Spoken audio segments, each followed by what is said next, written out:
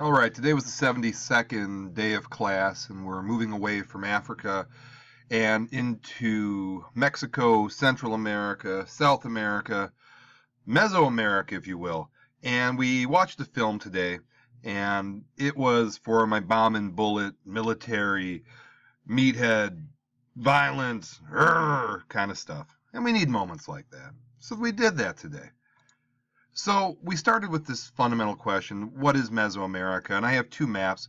Now, this one on the left is very broad. The scale is obviously just one big lump, Mesoamerica. And it's not incorrect per se, and you see it close up, and you see it's modern Mexico, Belize, Guatemala, those nations. And then on a hemispheric scale, you can see it's a pretty good portion of the continent and so forth, but it's much more complex than that.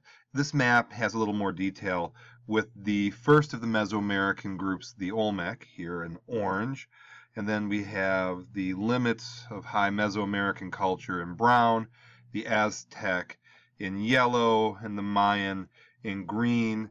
And today we're going to focus just on the Mayan civilization.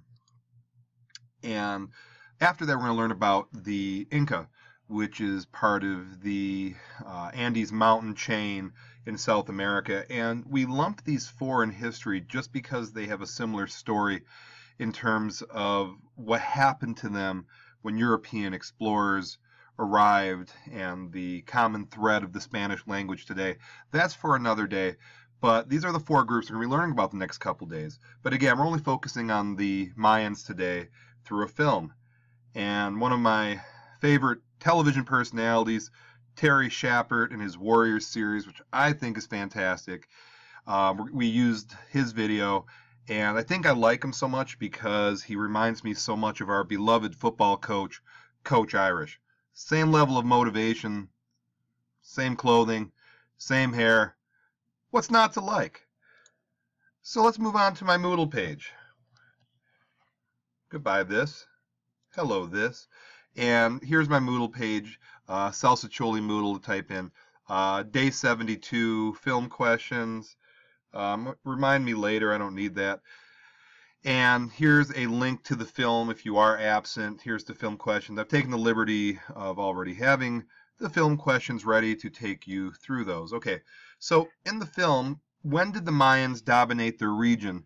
And it was about 1,000-year reign, from about the year 0 to the year 1000 AD. So that's a pretty long run. Now, where in the modern world do they live? Referring back to that map, modern Mexico, Guatemala, Belize, Central America.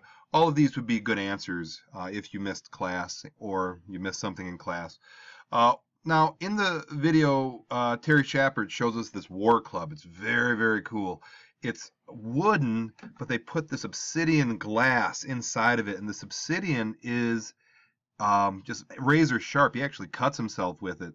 So the Mayans were a Stone Age culture. They did not have metal, and I think the prior people we've been learning about, their weapons are metal, metal, metal.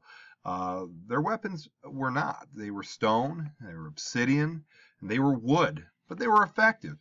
Number 4, now, in understanding the Mayans, there are these stelae that have carvings that has a language. Now, these symbols, there's over 800 of them, and it took a really long time to crack the code.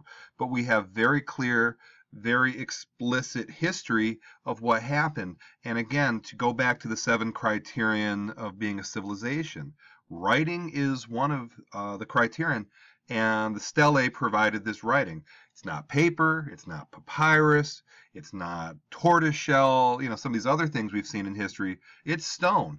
And some people in class said, hey, it reminds me of the Edicts of Ashoka with stelae. Same sort of thing. It's etched in stone. Now, initially, the Mayans fought not for conquest. They fought for finding people for human sacrifice, because in the Mayan rituals, bloodletting was part of it.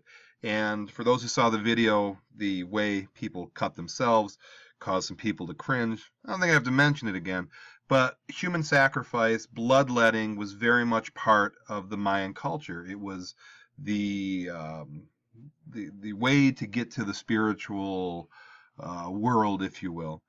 And in the film, they showed the Mayans using a blowgun, and initially for hunting. And there's a common theme of history that you learn to use your weapons through hunting. This is certainly not the first time, and it's not the last time.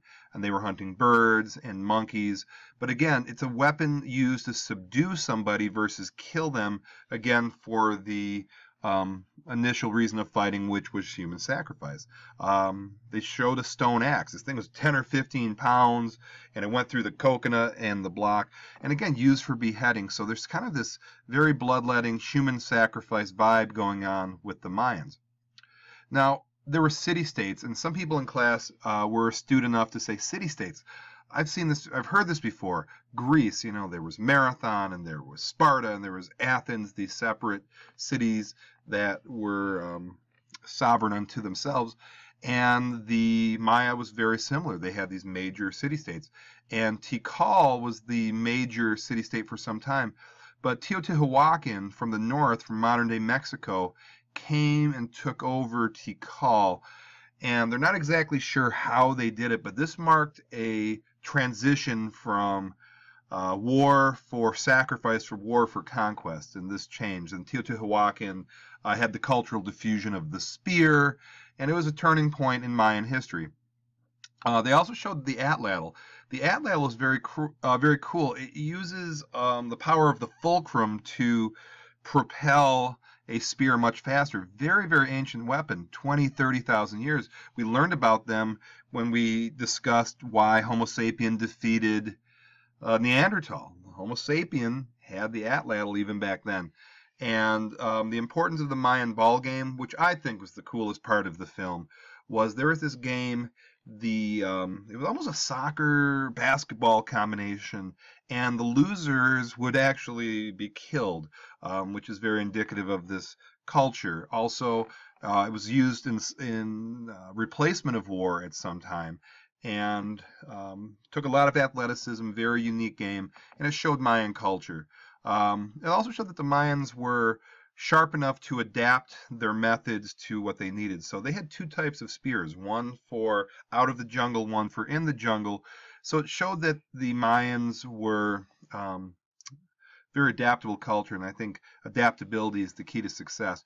In the film, they showed flint knapping, and they were taking one stone into another stone, in this case obsidian, and making blades that went right through leather, incredibly sharp. And human beings have been performing this skill for even when we were primitive hominids. I mean, Olduvai choppers, 2.4 million years old, which one of our hominid ancestors took one rock into another rock, struck it, and we had our first tool. And in the film, they showed the Mayan pyramids, which I thought was really cool. So a king would have the pyramid to perform rituals, and when that king died, they would build a pyramid on top of it to imbibe the power of the prior king. And then the second king would die, and they'd build the third king's pyramid over the second one, and it just progressively got bigger and bigger and bigger. And they showed that in the film. And how the Mayans met their final demise is a bit of a mystery. After 1,000 years, we're not exactly sure. And archaeologically speaking, archaeologists are still learning. This is dense jungle that just absorbed a lot of this stuff. You know, you compare it to Egypt, this very dry, arid climate. Archaeologically speaking, it's easier to preserve items. So there are some theories. In the film, they alluded to dead bodies being put in the cistern and polluting the water supply, essentially suicide by infighting and that sort of thing. So I really enjoyed the film. I hope it was a way you learned about the Maya, a little break from the day-to-day stuff. And if you were absent, please fill out these 15 questions. And I look forward to teaching you more about Mesoamerica tomorrow. Thank you for watching.